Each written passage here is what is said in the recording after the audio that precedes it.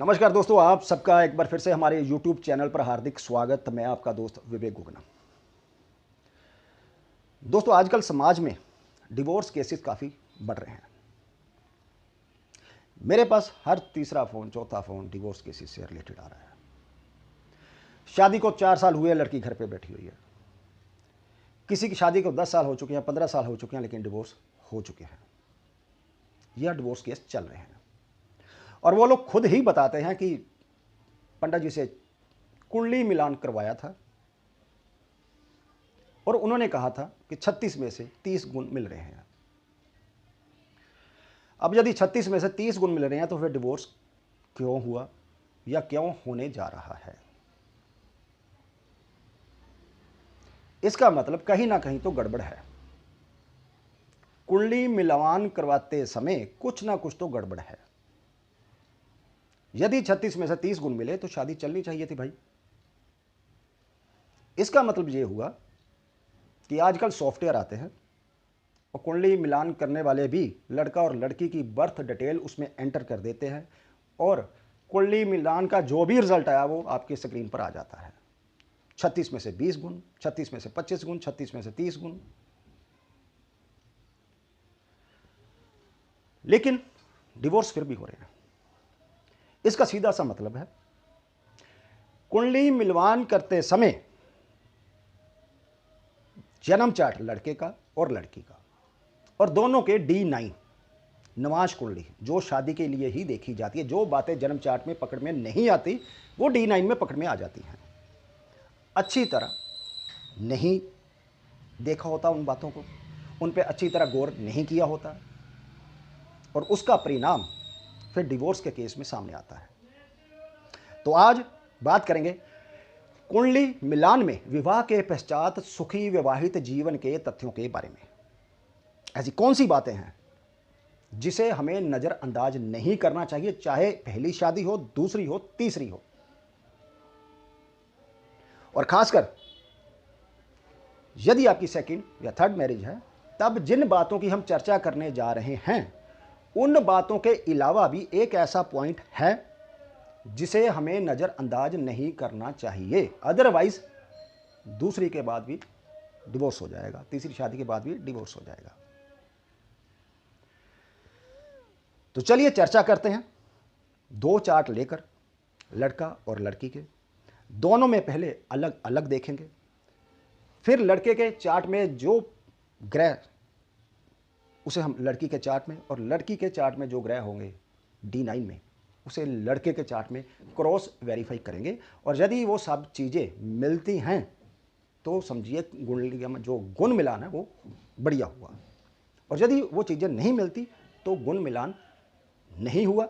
फिर चाहे आपके 36 में से 30 गुण मिले, चाहे 35 मिले, चाहे 36 मिले, उसका सामना आपको आगे चलकर डिवोर्स केस के रूप में करना पड़ेगा। और यदि ये सब बातें जो हम चर्चा करने जा रहे हैं अप्लाई हो रही हैं दोनों चार्ट में, तो फिर यकीन मानिए चाहे आपके 36 में से 10 गुण मिल रहे हों, शादीशुदा जीवन अच्छा चलेगा। तो चलिए स्क्रीन मैं आप दोस्तों के साथ शेयर करने जा रहा हूं और इस चर्चा को फिर आगे बढ़ाते हैं। लेकिन इस चर्चा को आगे बढ़ाने से पहले एक बात फिर आप सब दोस्तों से, मित्रों से कहना चाहूँगा, खासकर उन दोस्तों से जो पहली बार हमारे इस YouTube चैनल पर आए हैं और इस वीडियो को देख रहे हैं। यदि आपने हमारा चैनल सब्सक्राइब नहीं किया, कर लीजिए। नोटिफिकेशन बेल का बटन दबाना ना भूलिए। जो भी वीडियो हम अपलोड करें YouTube पर, चाहे वो वैदिक एस्ट्रोलॉजी से रिलेटेड हो या फिर KP या कस्पल इंटरलिंक थ्योरी के केस स्टडी, जो समय समय पर हम आप दोस्तों के लिए अपलोड करते रहते हैं, आप उन्हें मिस मत करिएगा दोस्तों। तो चलिए स्क्रीन शेयर करता हूँ मैं आप दोस्तों के साथ और फिर चर्चा को आगे बढ़ाते हैं।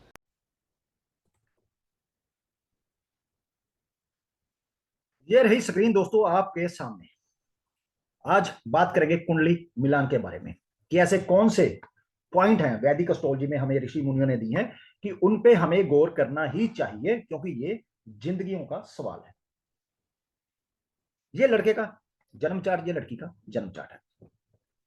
बात शादी की कर रहे हैं। तो यदि मैं बात करूं पहली नजर में इन दोनों चार्ट को देखकर कोई भी अनजान एस्ट्रोलॉजर ये कह देगा कि ये दोनों चार्ट जो है आपस में मेल खाते हैं, आप इन दोनों की शादी कर सकते हैं। हाँ, ज्यादा से ज्यादा वो ये कहेंगे कि लड़की के चार्ट में मंगल है, यानी लड़की मंगलिक है, लड़का मंगलिक नहीं है। या तो कहेंगे कि मंगल 28 साल की उम्र में खत्म हो चुका, जबकि वो नहीं होता, या फिर वो कहेंगे कि मंगल का उपाय कर लें थोड़ा बहुत, और उसके बाद वो गुण मिलान करेंगे कि 36 में से 35 या 25 या 20 या 18 17 जो भी मिलते हैं कि आप शादी कर लीजिए। जबकि ये बिल्कुल गलत है। क्यों उन्होंने कहा ऐसा, मैं वो भी बता देता हूं आपको। क्योंकि यदि आप देखें, लड़की के 7वें भाव में धनु राशि आती है, लड़के के लग्न में धनु राशि है और लग्न में ही गुरु बैठा हुआ है। लड़के के 7वें हाउस में मिथुन राशि है, लड़की के लग्न का जो लॉर्ड है वो मिथुन राशि है, यानी कि बुध। इन दो बातों को बोलकर कोई भी अनजान इंसान ये कह देगा कि ये चार्ट मिलते हैं, आप शादी कर लीजिए। यहां एक बात मैं क्लियर कर दूं, लड़का और लड़की पहले से डिवोर्सी हैं, इनका डिवोर्स दोनों का हो चुका है, और लड़की ने मुझे अपना और लड़के का बर्थ डिटेल सेंड की, आप कुंडली मिलान कर दीजिए। तो ये जो हमने पॉइंट बताया, ये बिल्कुल इसको देखकर ऐसा बोलना गलत है, क्योंकि ये दोनों की जिंदगियों का सवाल है। बात कर रहे हैं कुंडली मिलान की, यानी कि शादी की, तो शादी का भाव होता है 7वां, ये वाला, ठीक। अब दोनों के चार्ट में जिस भाव से संबंधित हमारा प्रेशन हो, उस भाव के स्वामी और उस भाव का जो कारक है, जैसे कि लड़के के चार्ट में या लड़की के चार्ट में शादी, दोनों के चार्ट में शादी का कारक तो शुक्र ही बनेगा, लेकिन लड़के के चार्ट में पत्नी का कारक शुक्र बनेगा, लड़की के चार्ट में पति का कारक गुरु बनेगा। अब लड़के के चार्ट को देख लीजिए, पहले 7वें भाव को देख लीजिए। 7वें भाव में कौन बैठा हुआ, 7वें भाव में सूर्य है, इसका बैठना 7वें भाव में अच्छा नहीं माना जाता, खासकर शुक्र के साथ। और ऊपर से ये शुक्र अस्त है, क्योंकि ये 2 डिग्री का है, सूरज 1 डिग्री का है। सूरज ने इसको पीड़ित कर दिया, और कहा जाता है कि सूरज और शुक्र डिग्री के लिए इतने क्लोज हो तो शुक्र का धुआं निकल जाता है, यानी कि शुक्र पत्नी का कारक, शादी का कारक, उसका धुआं निकल जाता है, वो खराब हो जाता है, यानी कि पत्नी की हेल्थ खराब हो सकती है। गुरु की एस्पेक्ट आ रहा है, गुरु वक्री है। अब कहने को कहेंगे कि गुरु शादी को संभाल लेगा, वो क्योंकि लग्नेश है, जहां लग्नेश का एस्पेक्ट जाता है उसको वो शुभ करता है। यदि इसको शुभ करना होता तो ये पहली शादी ना तोड़वाता, पहली बात ये। दूसरी बात, ये जो 4 राशियां केंद्र में आ रही हैं इस लड़के के चार्ट में, ये ड्यूल राशियां हैं, और वैदिक एस्ट्रोलॉजी का रूल है कि ड्यूल राशियों में बैठे हुए प्लैनेट यदि पहले नमाज में, 5वें में और 9वें नमाज में चले जाए तो वो प्लैनेट जो होते हैं खर नमाज में चले जाते हैं। एक हाउस 30 डिग्री का होता है, इसको 9 पे डिवाइड करेंगे तो 1 डिग्री 3 डिग्री 20 मिनट की बने, एक नमाज जो है। तो यहां पर 2 डिग्री का शुक्र है, 1 डिग्री का सूरज है, तो ये 3 डिग्री 20 मिनट एक पहला नमाज है। तो उन एक नमाज में, पहले नमाज में ये दोनों आ रहे हैं, यानी कि ये खर नमाज में चलेंगे, जो कि अच्छे नहीं है। ऐसे प्लैनेट जहां बैठते हैं उस भाव की हानि करते हैं। गुरु 16 डिग्री का है, 13 डिग्री 20 मिनट से लेकर 16 डिग्री 40 मिनट तक 5वां नमाज पढ़ता है, यह भी खर नमाज में चला गया, ठीक। इसके बाद यह कहा जाता है कि इन ड्यूल साइन में बैठे हुए जो प्लैनेट खर नमाज में जाते हैं, यदि ये प्लैनेट आगे 64वें नमाज में और 22वें दृष्टान की राशि जो है, दोनों की 64वें नमाज की राशि और 22वें दृष्टान की राशि जो है, दोनों सेम हो जाएं तो उस राशि का स्वामी डबल खर हो जाएगा। जैसे कि ये खर नमाज में गए, वो डबल खर में चले जाएंगे। ये जो गुरु है ये D9 में वृश्चिक राशि में चला गया, इसका जो 64वां नमाज है वृश्चिक राशि में चला गया। और D3 में भी गुरु जो है वो 22वें दरकान की जो राशि बनती है वो वृश्चिक ही बनती है, और इसका स्वामी वृश्चिक का मंगल बनता है। ये रहा मंगल वक्री है। इसी प्रकार ये दोनों 64वें नमाज की राशि इन दोनों की और 22वें दृष्टान की राशि मकर बनती है, और मकर राशि का स्वामी शनि बनता है, वो वक्री है और डबल खर बन गया। इन दोनों का डबल खर शनि बना और इस गुरु का डबल खर मंगल बना, और ये दोनों भी जिस ये प्लैनेट के साथ बैठेंगे, जिस प्लैनेट को एस्पेक्ट देंगे, वो प्लैनेट जिन भावों के स्वामी है उन भावों का सुख खत्म हो जाएगा। तीसरी बात, कालपुरुष कुंडली में ये जो 7 नंबर है ये तुला राशि का है। तुला राशि मतलब यहां पड़ती है कालपुरुष कुंडली में। यदि मेष लगन बनाए 1 2 3 4 5 6 7, तो ये तुला राशि में मंगल शुक्र शनि की युति भी अच्छी नहीं मानी जाती। दूसरी बात, कारक अस्त हो चुका है, अब देखना है कि इस भाव को संभालने, इस भाव का मालिक, यानी कि एग्जाम्पल हमारी कुछ प्रॉपर्टियां हैं लेकिन हमारी हेल्थ अच्छी नहीं है, तो हमारी प्रॉपर्टियों के ऊपर कोई और दूसरा तीसरा बंदा कब्जा कर लेगा। मतलब हम सक्षम नहीं है अपने घर को संभालने के लिए, स्ट्रेंथ नहीं है हमारे अंदर। तो यहां पर देखेंगे ये बुध जो है इस भाव का स्वामी, किसी भी भाव का स्वामी 6 में, 8 में या 12 में चला जाए, या अपने भाव से 6, 8, 12 में चला जाए, 6, 8, 12 में चला जाए, तो उस भाव को वो संभाल नहीं पाता, उस भाव की हानि हो जाती है। अब यहां पर 7वें भाव का स्वामी बुध बना, ये रहा बुध, जन्म कुंडली से 6 भाव में है, इस भाव से 12 भाव में चला गया, राहु के साथ, ऊपर से अस्त भी हो चुका है। और सबसे बड़ी बात जो मैंने कहा, ये दोनों डबल खर हैं, मंगल और शनि। मंगल का 3 दृष्टियां हैं, 4, 7 और 8, 1, 2, 3, 4, यहां पर दृष्टि आ रही है चंद्र के ऊपर, यहां से 7वीं दृष्टि यहां है और 8वीं दृष्टि इसकी इस बुध के ऊपर आ रही है। यानी कि इस 7वें भाव का स्वामी बुध खुद अस्त है, राहु केतु के अक्ष पर है, मंगल का इसके ऊपर एस्पेक्ट आ रहा है। तो 7वां भाव जो है इस लड़के के चार्ट में बिल्कुल डैमेज है, 7वां भाव का कारक डैमेज है, 7वां भाव अच्छा नहीं है। और सबसे बड़ी बात, गुरु खरनवाश में, शुक्र खरनवाश में, शुक्र अस्त भी है, और सूर्य खरनवाश में, शनि मंगल दोनों डबल खरनवाश में, और मंगल की दृष्टि बुध और चंद्रमा के ऊपर जा रही है, केतु वृश्चिक राशि में, ये राशि वृश्चिक मंगल की राशि है, इसके मंगल के अंदर इस केतु के भी गुण आ गए, केतु डिटैचमेंट का कारक है, ठीक है, डिटैचमेंट के गुण इस मंगल के अंदर भी हैं, और मंगल की दृष्टि 7वें भाव के स्वामी के ऊपर जा रही है। मतलब 7वां भाव, और ये एक राहु को छोड़कर बाकी इस चार्ट में सारे के सारे प्लैनेट जो है लपेटे में आ चुके हैं, जो कि शादी के लिए यदि कुंडली मिलान करें तो मैं D9 तो आगे जाऊंगा ही नहीं, मैं यहीं पर इस चार्ट को देखते ही कह दूंगा कि ये चार्ट आपका नहीं मिल रहा। ठीक, अब आगे देखते हैं दूसरा पॉइंट। लड़की के चार्ट में देखिए 7वां भाव, यहां पर गुरु दृष्ट कर रहा है। अब गुरु अपने वैदिक एस्ट्रोलॉजी का रूल है, कोई प्लैनेट अपने भाव को दृष्ट करे उस भाव की वृद्धि करता है, लेकिन यदि ये वृद्धि करता है तो इसने पहला डिवोर्स क्यों करवा दिया, क्योंकि लड़की का भी पहले डिवोर्स हो चुका है। वो इसलिए क्योंकि ये गुरु डिग्री कली यदि देखेंगे 5 डिग्री का मंगल है, 7 डिग्री 2 डिग्री या 7 डिग्री का गुरु है, मतलब डिग्री कली बिल्कुल ये मंगल के साथ। और मंगल देखिए ये 6 भाव का स्वामी है, जो कि 7 से 12 भाव तक है। और मिथुन लग्न के लिए मंगल सबसे खतरनाक होता है, क्योंकि वो 6 और 11 का स्वामी बनता है। और यदि आप केपी एस्ट्रोलॉजी देखें तो वहां पर भाव चार्ट बनता है, भाव चार्ट में ये दोनों गुरु और मंगल 12वें भाव में चलेंगे, जो कि इस भाव से ये 6 भाव बनता है। कोई प्लैनेट अपने भाव से 6 में चला जाए, 8 में चला जाए, 12 में चला जाए, तो वो अपने भाव का सुख नहीं दे पाता।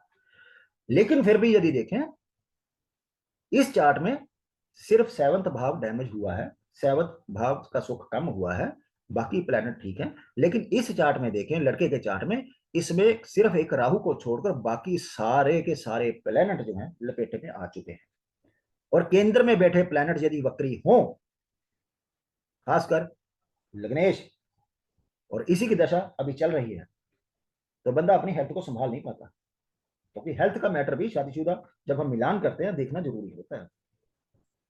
तो ये था पहला नियम, जो कि दोनों के चार्ट में अप्लाई, देखा कि 7वां भाव इसका भी खराब है, 7वां भाव इसका भी खराब है।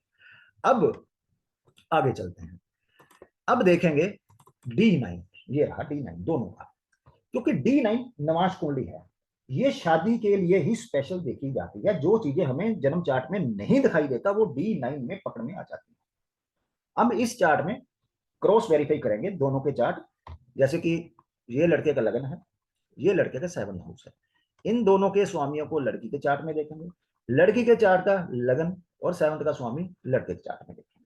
ठीक, अब पहले लगन को पकड़िए, कर्क राशि है, इसका स्वामी चंद्र है, वो स्वामी चंद्र जो है लड़की के चार्ट में 6, 8, 12 में नहीं होना चाहिए, या कहीं भी बैठा हो वो पीड़ित नहीं होना चाहिए।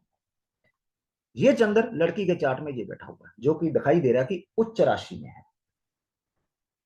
ठीक, लेकिन ये चंद्र इस लड़की के चार्ट में 4th भाव का स्वामी होकर सुख भाव में चला गया, 4th भाव सुख होता है। अब सुख किसका है, शादीशुदा जीवन का। 6 भाव क्या है, रोग का, रोग का स्वामी जाके सुखों में बैठ गया।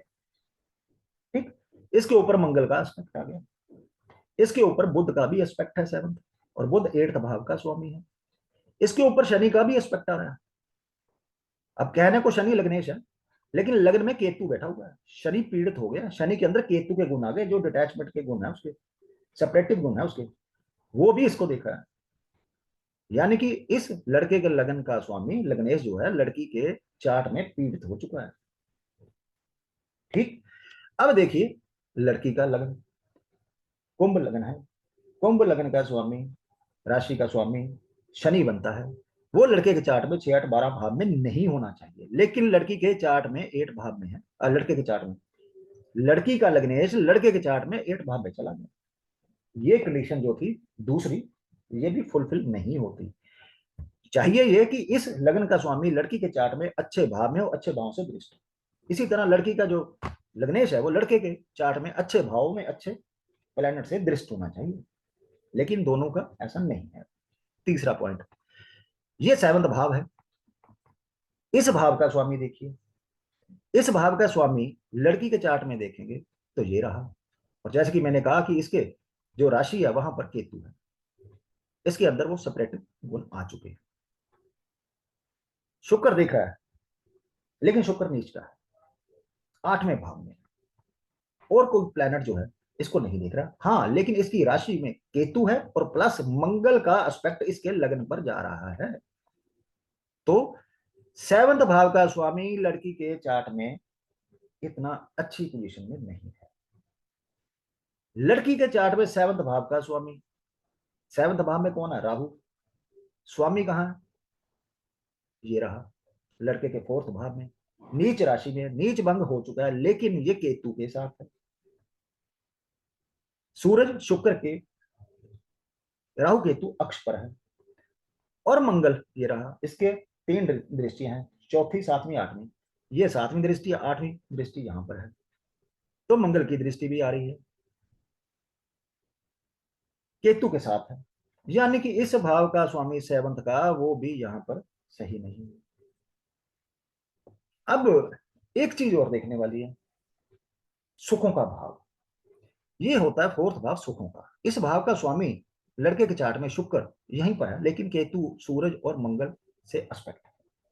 यानी जातक शादी के बाद अपने सुखों को नहीं भोग पाएगा, वो अपने आप को बंधन में महसूस करेगा और छुटकारा पाना चाहेगा, क्योंकि उसको सुख, वो कंफर्ट फील नहीं हो रहा उसको, क्योंकि वो पीड़ित है सूरज से, केतु से, मंगल से। लड़की के चार्ट में 4th सुखों का भाव बात कर ही चुके हैं कि 6 का स्वामी रोग का स्वामी जाके सुखों में बैठ गया, ऊपर शनि से दृष्ट है, मंगल से, और 8वें भाव के स्वामी बुध से। अब एक पॉइंट और है, वो ये है कि जो गुरु है ये कालपुरुष कुंडली में 9th भाव का स्वामी बनता है। 9th भाव होता है धर्म का। धर्म का मतलब क्या हुआ? धर्म का मतलब हुआ रिस्पॉन्सिबिलिटी। रिस्पॉन्सिबिलिटी किस बात की? चार्ट क्या देख रहे हैं हम? शादी का। तो शादी के प्रति जो हमारी रिस्पॉन्सिबिलिटीज बनती हैं, क्या हम उसको निभा पाएंगे? और यहां पर भी इस चार्ट में, कर्क लगन का चार्ट है, 9th भाव में गुरु की लीड राशि है, मतलब गुरु इस चार्ट में 9th भाव का स्वामी है। इसके ऊपर सारी जो है स्थिति है कि क्या वो अपनी जिम्मेवारियों को निर्वाह कर पाएगा। यदि इस भाव 9th भाव के स्वामी का जो संबंध है 8वें भाव या 8वें भाव के स्वामी से हो जाए तो ऐसा जातक नहीं निभा पाता। ठीक, अब देखेंगे शनि 8वें भाव का स्वामी है, गुरु को देखा, यानी यहां पर भी जो है ये चीज देखने में नहीं आ रही कि जातक अपनी उस चीज को निभा पाएगा, अपनी जो शादीशुदा जीवन के जिम्मेवारी है, उसका धर्म है, वो उसको नहीं निभा पाएगा। लड़की के चार्ट में देखें 9th भाव का स्वामी गुरु ठीक स्थिति में बैठा हुआ, अपने भाव में बैठा हुआ, और 9 से 11 में है, निभा पाएगी। लेकिन फिर भी 9th का स्वामी खुद 8 में चला गया, शनि का एस्पेक्ट आ रहा है, शनि के अंदर केतु के गुण है, मंगल का एस्पेक्ट भी यहां पर है। ठीक, तो जो चीज हम मिलाना चाह रहे थे कि जैसे कि लगन 7th भाव का स्वामी इनके अपने चार्ट में और इनके चार्ट में, और इनका लगन और 7th भाव का स्वामी इनके चार्ट में और इस चार्ट में, वो चीजें नहीं मिल रही आपस में। अब आ जाते हैं मंगल और शुक्र। मंगल शुक्र पति पत्नी के बीच में अट्रैक्शन का कारण बनता है। ठीक है, यदि ये मंगल शुक्र का दोनों जो संबंध है लड़की या लड़के के चार्ट में बन रहा है, जन्म चार्ट में बन रहा है, लेकिन नमाज चार्ट में नहीं बन रहा, तो शादी के बाद जो अट्रैक्शन है एक दूसरे के प्रति वो खत्म हो जाता है। ठीक, यदि जन्म चार्ट में मंगल शुक्र का संबंध नहीं बन रहा एक दूसरे से, लेकिन D9 में बन रहा हो, तो शादी के बाद अट्रैक्शन जो है एक दूसरे के प्रति वो बढ़ता है। यहां पर देखेंगे शुक्र 7th राशि में तुला की केतु के साथ है, ठीक है, वो खराब है, पीड़ित है। वैसे भी देखा जाए शुक्र जो है एक तो शादी का कारक है, इस चार्ट में पत्नी का भी कारक है। शुक्र लड़कों के चार्ट में सेक्स ड्राइव का कारक है, लड़कियों के चार्ट में मंगल सेक्स ड्राइव का कारक है। इस मंगल का संबंध इस शुक्र से यहां पर इस चार्ट में होना चाहिए। मंगल वृश्चिक राशि में है, यहां पर देखेंगे मंगल कहां है, ये रहा मंगल। इस भाव से ये भाव 6 बनता है, 1 2 3 4 5 6, और ये राशि इस भाव से आ गया, और इस राशि से 12वें भाव में शुक्र है। यानी कि इस चार्ट में शुक्र का मंगल से संबंध नहीं बन रहा। अब इस शुक्र का इस मंगल से संबंध देखिए, यहां शुक्र कहां है, ये रहा, नीच का हो चुका है। शनि का सप्रेट जो गुण है उसके अंदर, डिटैचमेंट के सप्रेक्टिव गुण जो है उसके, वो शुक्र के ऊपर है, और मंगल का कोई भी दृष्टि संबंध इससे नहीं बन रहा। हाँ, एक छोटा सा क्या बन रहा है कि वो बुध की राशि में, और बुध इसके साथ है, लेकिन ये बुध 8वें भाव का स्वामी है, ये नहीं भूलना चाहिए। तो मंगल शुक्र का संबंध कहने का मतलब ना तो इस चार्ट में इस मंगल का इस शुक्र के साथ बन रहा है, ना इस शुक्र का संबंध इस चार्ट में मंगल से बन रहा है। यानी कि शादी के बाद दोनों के अंदर जो है वो अट्रैक्शन, वो चाहत नहीं होगी, और ये खत्म हो जाएगी, जो कि आगे चलकर जबकि बाकी जो है हमें चीजें नहीं पकड़ में आ रही, नहीं मिल रही, तो फिर स्थिति जो है गंभीर हो जाती है शादी के बाद। और जैसे हमने इन सभी पॉइंट्स को चेक किया, तो ये स्थिति दोस्तों ज्यादा गंभीर हो जाती है तब जब हम सेकंड मैरिज के लिए चार्ट को मिलान कर रहे हैं। और मैं कहना चाहूंगा, जो मैंने पहले बात की वीडियो को शुरू में, कि सेकंड मैरिज चेक करने के लिए ना, जो ये बातें हैं वो तो हमने चेक कर ही ली। ये इसलिए चेक करनी पड़ती है कि मान लीजिए ये लड़की है, इसने मुझे कांटेक्ट किया कि मेरा ये जन्म चार्ट है, ये लड़के का भेज रही हूँ, आप मिलान देखिए। अब इसको तो आप समझा सकते हो कि भाई हमें लड़का वैसा चाहिए, हमें पता है कि हमारा चार्ट खराब है इस मामले में, तो हमें ऐसा चार्ट चाहिए लड़के का जो कुछ ना कुछ दो चार चीजें जो हैं, दो चीजें तीन चीजें जो खास होती हैं, वो आपके चार्ट से क्रॉस वेरीफाई हो जाए। और प्लस इस लड़के को दशा जो है वो अच्छे भावों की चलनी चाहिए। जैसे कि इस लड़के को गुरु की दशा चल रही है, गुरु 16 डिग्री का है, इस लड़के के चार्ट में लग्न में बैठा हुआ है, धनु राशि है, तो गुरु मतलब शुक्र के नवाश में चला गया, और शुक्र अस्त है, सूर्य के साथ है, ठीक। तो दशा अच्छी चलनी चाहिए। यदि मान लीजिए कि जैसे कि शनि की दशा है 19 साल की, शुक्र की दशा है 20 साल की, गुरु की 16 साल की, बुध की 17 साल, ऐसी कोई बड़ी दशा आ जाए जब आप सेकंड मैरिज या थर्ड मैरिज करने जा रहे हैं, तो फिर आपका वो समय जो है निकल जाता है। लेकिन यदि, क्योंकि डिवोर्स पहले ही हो चुके हैं, और अब जो दशा चल रही है शादी के समय, सेकंड या थर्ड मैरिज के समय, वो भी उन भावों को बता रही है, तो इसका मतलब होता है कि जो आप शादी करने जा रहे हैं उसके ऊपर भी तलवार जो है लटक रही है, क्योंकि ना तो जो पॉइंट हमने देखे वो मिल रहे हैं, ठीक, ना ही आपकी दशा आपको सपोर्ट कर रही है दोनों को। जैसे कि लड़के को गुरु की मैंने कहा दशा चल रही है, अभी गुरु की दशा इस लड़के को स्टार्ट हुई है, अब 2000 आई थिंक 39 या 40 तक चलेगी। अब देख लीजिए कि अभी 2023 चल रहा है, कितना लंबा समय है। और लड़की को केतु की दशा चल रही है 2030 तक, और केतु गुरु की राशि में है लड़की के चार्ट में, ये देखिए,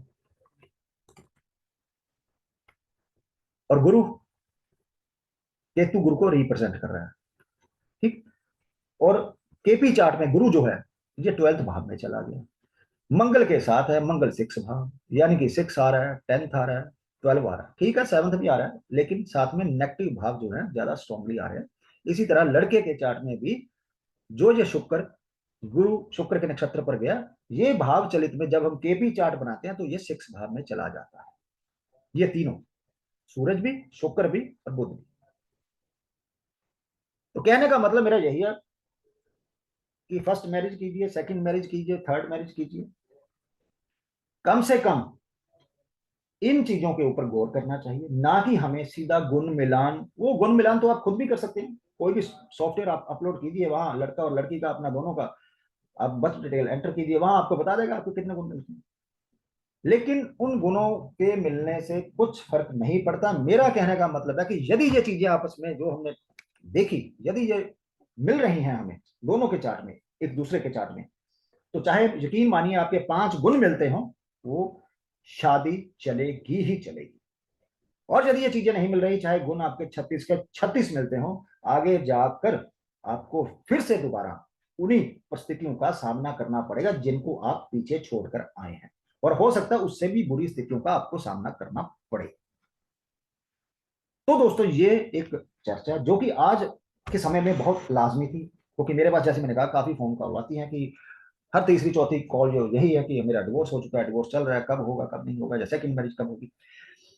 तो जरूरी थी ये चर्चा करनी आप दोस्तों के साथ, और आशा करता हूँ ये चर्चा आपको अच्छी लगी तो प्लीज वीडियो को लाइक कीजिए, शेयर कीजिए, कमेंट बॉक्स खुला, कमेंट बॉक्स में अपने विचार जरूर दीजिए, क्योंकि इससे हमें प्रोत्साहन मिलता है। और जल्दी मिलते हैं एक नई जानकारी के साथ, तब तक के लिए दोस्तों नमस्कार।